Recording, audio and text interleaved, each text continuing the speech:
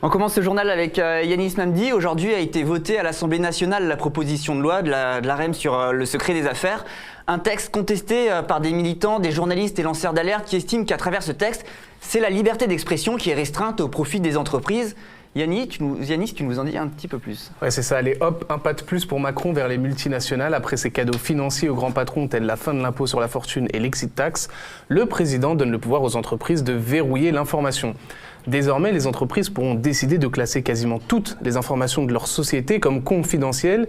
Et si un lanceur d'alerte et un journaliste ont le malheur de faire fuiter une de ces informations classées confidentielles, la loi donnera aux entreprises le pouvoir de poursuivre tous ceux qui oseront révéler ces informations. Il sera quand même toujours possible de dénoncer les crimes ou délits pénalement répréhensibles de ces entreprises. Alors pour mieux comprendre les dangers de cette loi, on s'est rendu 2 jours plus tôt à la cérémonie des Baillons d'Or, une cérémonie co-organisée par le journal Fakir et la SNJ-CGT des journalistes.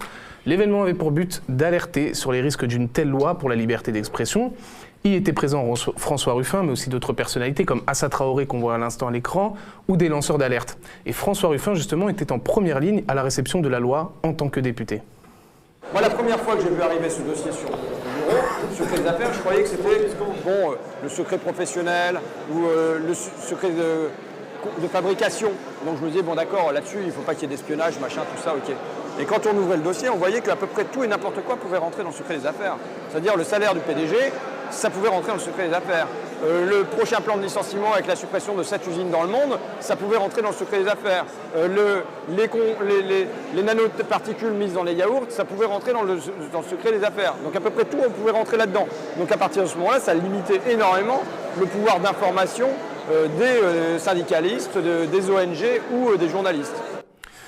Cette loi est mise en place sous couvert de lutter contre l'espionnage économique. Pourtant, les entreprises sont déjà largement protégées contre l'espionnage avec une législation protégeant leurs brevets et autres propriétés plus ou moins intellectuelles, sans compter la répression de l'espionnage tout court. Cette loi, c'est surtout le résultat d'un fort lobbying de la très discrète organisation Trade, Secret and Innovation à la Commission européenne afin d'en faire une directive. Une organisation qui compte dans ses membres des multinationales telles qu'Alstom, Michelin ou Nestlé, selon les informations révélées en 2015 par Mediapart. Et pour l'anecdote, en 2015, la majorité socialiste a tenté d'inscrire dans le droit français ce fameux secret des affaires. C'était Emmanuel Macron, alors ministre de l'économie, qui portait cet amendement, mais face à la levée de bouclier de l'époque, le gouvernement a reculé. Désormais président, Emmanuel Macron a demandé à Raphaël Gauvain, député de La République En Marche, de porter la loi. Raphaël Gauvain, qu'Iban avait interrogé pour le média, si vous voulez revoir cette interview. Désormais, la loi adoptée, elle inquiète Nicolas Vescovaci. Nicolas Vescovaci est journaliste à Cache Investigation et auteur de la très bonne enquête sur les financements libyens de Nicolas Sarkozy. On l'écoute. C'est inédit, c'est un outil inédit de censure entre les mains des grandes entreprises aujourd'hui. Et ce texte est porté par la majorité de M. Macron. Il est impensable aujourd'hui d'imaginer que des lobbies, que des entreprises, ou même qu'un pouvoir politique décide ce qu'est ou ce que n'est pas une information. C'est ce qui est en train de se jouer ici en fait. En ce moment, se joue une bataille de l'information. Qui la contrôle ? Qui est capable de dicter sa loi sur l'information? C'est ce qui se joue véritablement là et c'est un enjeu démocratique majeur. Personne n'entend véritablement ce message. Alors il faut rappeler que quand un journaliste fait de l'investigation, c'est déjà très difficile. Il suffit de prendre le cas de Tristan Valex, journaliste à France 2 qui avait sorti l'excellent documentaire Vincent Bolloré, un ami qui vous veut du bien. Durant 2 ans, il a subi des pressions et du harcèlement de la part des avocats, du chef d'entreprise. Ses témoins en Afrique ont été menacés et ont été découragés de venir témoigner en sa faveur. Bon, Tristan a quand même gagné ce procès, mais c'est 2 ans horribles qu'a vécu le journaliste, et ce, sans la loi, alors imaginez avec Reda et Rémi. Jean-Baptiste Rivoire connaît bien Bolloré puisqu'il est actuellement en procédure contre lui afin de pouvoir partir de Canal+ et toucher ses indemnités, et il partage l'avis que la loi va renforcer le sentiment d'insécurité pour les journalistes. Je pense que la loi secret des affaires ne va pas arranger les choses, mais surtout, moi, je pense que les choses sont déjà très difficiles. Pour des gens les investigations, déjà, on est en permanence sous la menace de procès. Dans la plupart des médias privés, ils sont tenus par des industriels ou de riches actionnaires qui n'ont pas du tout envie qu'on enquête sur l'économie.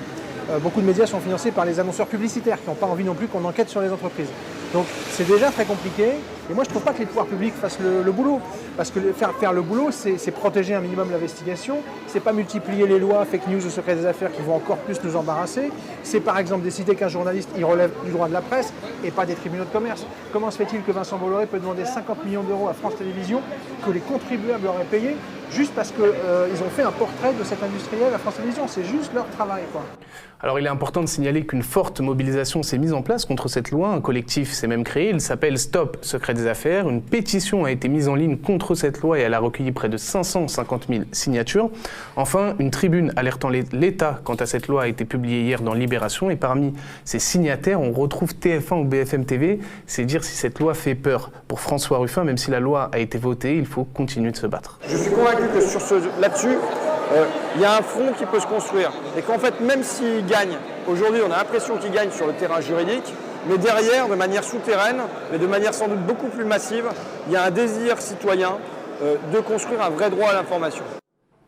Voilà, vous l'aurez compris, Rémi et Reda, c'est à nous de construire un nouveau moyen d'information et de ne pas se laisser faire.